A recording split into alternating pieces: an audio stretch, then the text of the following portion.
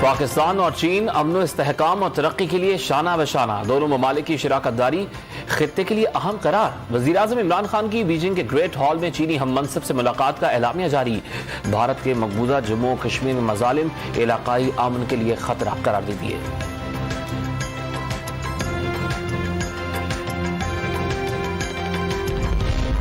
मौजूदा हुकूमत बलूचिस्तान के हुकूक पर डाका डालना चाहती है, साजिश नाकाम बनाने में किरदार अदा करते रहेंगे।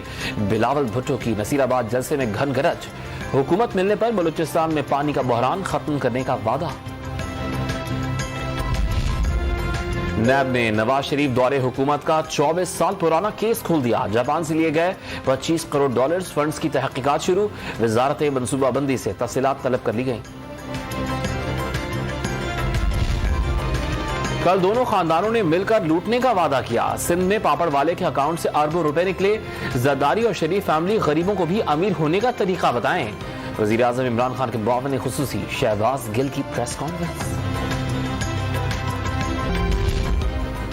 और FIA की जाली टीम बनकर शहरियों के इख्तिबा में मुलव्विस 3 मुल्जिमान गिरफ्तार। मग़वियों की रिहाई के लिए 1 करोड़ रुपए तावान मांगा गया था।